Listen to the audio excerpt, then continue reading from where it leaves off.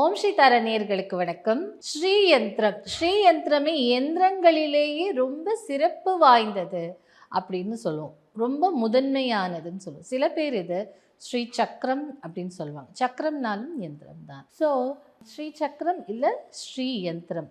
ஸ்ரீ சக்கரத்துக்கு சிம்மாசனமாக ராணியாக உட்கார்ந்திருப்பவ யாருன்னு பார்த்தீங்கன்னா நம்ம காமாட்சி இல்லை லலிதாம்பிகான்னு சொல்லுவாங்க. இந்த லலிதாம்பிகாவோ இல்லை காமாட்சி ரொம்ப உயர்ந்த அத்தனை இதுலேயும் ரொம்ப உயர்ந்ததாக கன்சிடர் பண்ணுறது நம்ம காமாட்சி.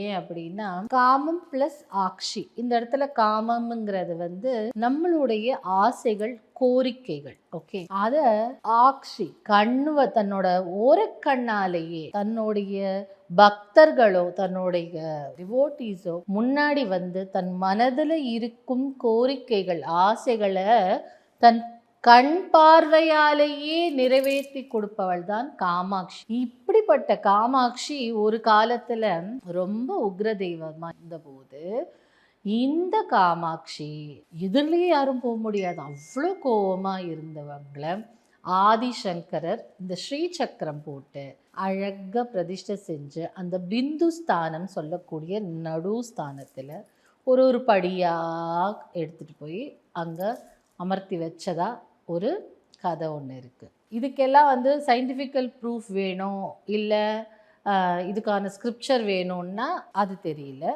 பட் இதுதான் பல ஆண்டு காலமாக நம்பி வரக்கூடிய ஒரு கதை. இதில் வேறுபாடுகள் நிறைய இருக்கலாம், நான் நம்புறதை தான் நான் சொல்ல முடியும். ஸோ இந்த காமாட்சிக்கோ இல்லை லலிதா திரிபுர சுந்தரிக்கோ நவாவர்ண பூஜை எஸ்பெஷலி காமாட்சிக்கு பண்ணும்போது உள்ளே இருந்து அந்த யந்திரம்னாலே ஒரு ஜாமெட்ரிக்கல் ஃபிகர்னு சொல்லுவாங்க. அதாவது ஒரு ஜாமெட்ரி எப்படி நம்ம ஸ்ட்ரெயிட் லைன்ஸு, கர்வ்ஸு, அதுக்கப்புறம் ஒரு முக்கோணம், ஒரு ரெக்டாங்கிள், ஒரு ஸ்கொயர் இப்படிலாம் போடுறோமோ அந்த மாதிரியாக ஒரு ஃபிகர் வரைகிறது தான் இந்த யந்திராஸ். இந்த யந்திரம்ங்கிறது சிலை வடிவமாக வழிபட்டாலும் அது ஓகே தான், யந்திர வடிவமாக வழிபட்டாலும் ஓகே தான். ஒரு சில இடத்துல நம்ம ஃபோட்டோ பார்ப்போம், ஃபோட்டோக்கு பதிலாக அந்த இடத்துல யந்திரம் வச்சுருந்தா இன்னும் பவர்ஃபுல்லாக இருக்கும்னு சொல்லுவாங்க. ஸோ அந்த மாதிரியான ஒரு பவர்ஃபுல்லானது யந்திரம். பல கோயில்களில் யந்திர பூஜைகளும் நடக்கும். சம்டைம்ஸ் இந்த சிலைக்கு அடியில் யந்திர பிரதிஷ்டை பண்ணுவோம். நம்ம வீட்டிலையே நம்ம என்ன பண்ணலான்னா சின்ன சின்ன சிலை வச்சுருந்தீங்கன்னா அதற்கான யந்திரங்களை வாங்கி வச்சு அதுக்கு மேலே அந்த சிலை. ஆனால் யந்திரங்களை சும்மா கடையில் விற்கிறாங்க அப்படின்னு வாங்கி வைக்கக்கூடாது. அதற்கான சுத்தி முறைன்னு ஒன்று இருக்குது. நீங்கள் நல்ல சுத்தி முறை ப்ராக்டிஸ் பண்ணவங்களோ இல்லை தாந்திரிகர்கள், அதாவது நல்லவங்களை பார்த்து, இல்லை இந்த ஆன்மீகத்தில் நல்ல ஊறினவங்க கிட்ட இந்த யந்திரத்துக்கு சுத்தி முறை, யந்திரத்துக்கு உயிர் கொடுக்கும் முறையெல்லாம் கொடுத்து அதற்கான மந்திரங்களை சொல்லி வைக்கும்போது அந்த யந்திரத்துக்கு ஒரு தனி பவர் தான் இல்லையா? அப்போ அந்த யந்திரம்னாலே ஒரு ஸ்பெஷல் பவர்ஃபுல்லான ஒரு விஷயம். இப்போ இந்த யந்திரத்துக்கு எப்போ நம்ம யந்திரம் வரையணும், இப்போ நீங்களே யந்திரம் வரையணும் இருந்தால் அதுக்கான டைமு அதெல்லாமே கூட இருக்குது. ஸோ இந்த உயிர் கொடுக்கறது, அதற்கான அந்த உயிர் ஆற்றல் அதில் இறங்கிடுச்சான்னு பார்க்குறதுக்கு நிறைய மெத்தட்ஸ். இந்த யந்திரம் எழுதுகிறவங்களுக்கு இதெல்லாம் தெரியும். இப்போ நிறைய யந்திரங்கள் எழுதுறதுல கம்ப்யூட்டரைஸ்டாக பிரிண்டிங்கில் அப்படியே ஒரு மிஷின் பிரிண்டிங் மாதிரி வருது. அதுவும் பார்க்குறதுக்கு ரொம்ப அழகாக தான் இருக்குது. பட் அதற்கான சுத்தி முறையும் உயிர் கொடுத்தல் முறையும் பண்ணி நீங்கள் வீட்டில் வச்சுக்கலாம். இப்போது இந்த யந்திரமே கருங்காலியில் இருந்ததுன்னா அவ்வளோ ஸ்பெஷல். ஏன்னா கருங்காலி மரத்திற்கே என்ன ஒரு தன்மை இருக்குன்னா நல்லவைகளை ஈர்க்கும் தன்மை கொண்டது. இப்போது சில பேருக்கு திடீர்னு ஒரு கான்ட்ரவர்ஷியல் டாபிக் வருது, இந்த கருங்காலி போட்டதுனால எனக்கு சரியாகலை அப்படின்னு. ஸோ அந்த கருங்காலி சில டைமில் உங்கள் ஜாதகத்தில் பிரச்சனை இருந்தால் அது இருக்கும் அப்படின்னு சில பேர் சொல்கிறாங்க. பட் என்னோட பர்சனல் எக்ஸ்பீரியன்ஸில் கருங்காலிக்கு அப்படிலாம் கிடையாது. அதுக்கு ஒரு ஆக்கர்ஷண தன்மை இருக்குது, ஆனால் அதற்கு ஒரு சுத்தி முறையும் இருக்குது. ஏன்னா கண்ணாபின்னான்னு ஒரு வாழ்க்கையை வாழ்ந்துட்டு கண்ணாபின்னான்னு ஒரு வாழ்க்கை, அதாவது ஒரு வரமுறையே இல்லாத வாழ்க்கையை வாழ்ந்துட்டு அந்த கருங்காலியை அணிஞ்சு கொள்ளும்போது அதற்கான நெகட்டிவ் எஃபெக்ட்ஸ் இருக்கத்தானே செய்யும். ஏன்னா அது ஆக்கர்ஷண சக்தி கொண்டது. அப்போ நீங்கள் போகக்கூடாத இடத்துக்கு போகிறது, அப்போ ப்ரொடெக்ஷனாக இருக்கும். ஆனால் நீங்களே ஒரு தப்பு செய்யும்போது அப்போ அதுக்கான ஒரு நெகட்டிவ் எஃபெக்ட்ஸ் இருக்கும் தானே. ஸோ அதனால் நீங்கள் சுத்தபத்தமாக இருப்பீங்க. சுத்தபத்தம்னா அப்படியே ஒரு நாளைக்கு 4 தடவை குளிக்கிறது அப்படின்னு நான் சொல்ல வரல. மனம் தூய்மையாக நீங்கள் யாருக்கும் துரோகம் செய்யாமல் வேறு ஏதாவது தப்புகள் பண்ணாமல் இருந்தீங்கன்னா அந்த கருங்காலி உங்களுக்கு நல்லாவே செட் ஆகும். அந்த கருங்காலிக்கு என்ன ஒரு தன்மை இருக்குன்னா, உக்ர தெய்வங்களை கூட சாந்தப்படுத்தக்கூடியது கருங்காலி.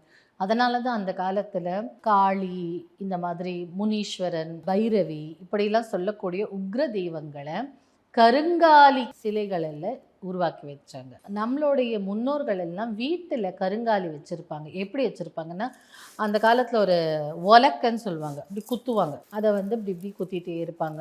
அதுவும் எல்லார் வீட்லேயும் இருக்கும். அதற்கு ஒரு தன்மை உண்டுங்கிறதுனால. ஸோ அந்த மாதிரி அதுக்கு எல்லாமே ஒரு சயின்டிஃபிக் பேக்ரவுண்ட் இருந்தது. நம் முன்னோர்கள் என்ன சாதாரணவர்களா?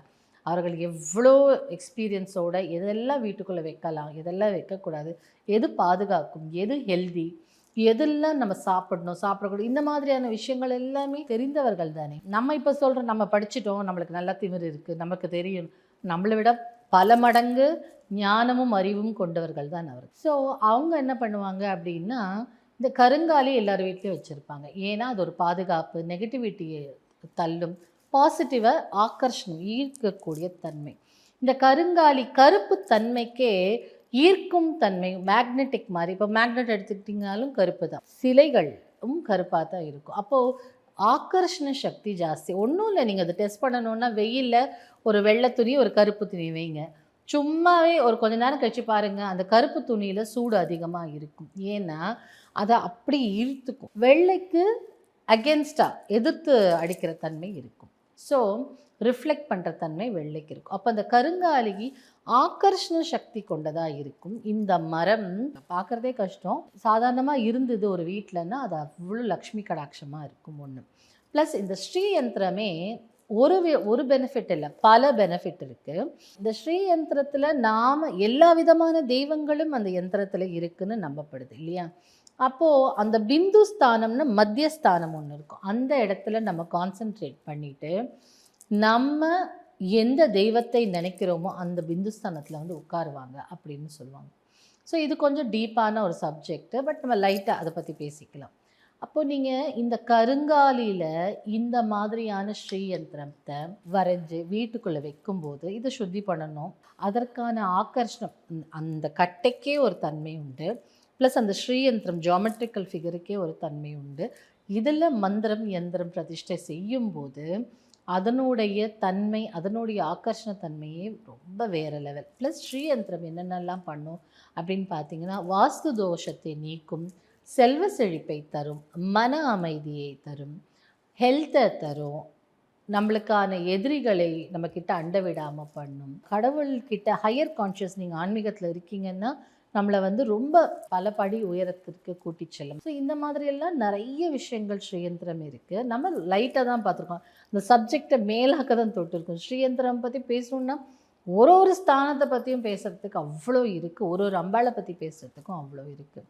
ஸோ அப்படிப்பட்டது இந்த ஸ்ரீயந்திரம். அதை இந்த கருங்காலியில் நம்ம செஞ்சு இதற்கான சுத்தி முறை பண்ணி இதற்கான மந்திரங்களை பூஜை செய்து இதை கொடுக்கும்போது இதனுடைய ஆக்கர்ஷணத்தன்மை ரொம்ப ஸ்பெஷலாக இருக்கும். இதை வீட்டில் வச்சாலே நம்மளுக்கு அத்தனை பவர். அப்போது இது மேலே நீங்கள் வீட்டில் ஏதாவது ஒரு லக்ஷ்மி சிலையோ இல்லை ஒரு அம்பாள் சிலையோ குட்டியாக இருந்தாலும் இதுக்கு மேலே வச்சிங்கனாலே, இல்லை எதுவுமே இல்லைன்னா இந்த வெறும் இந்த எந்திரத்தை வச்சு, ஏன்னா இதை ஆல்ரெடி எனர்ஜைஸ் பண்ணி உருவேற்றி உயிர் கொடுத்து கொண்டு வந்து வைக்கக்கூடியது இல்லையா.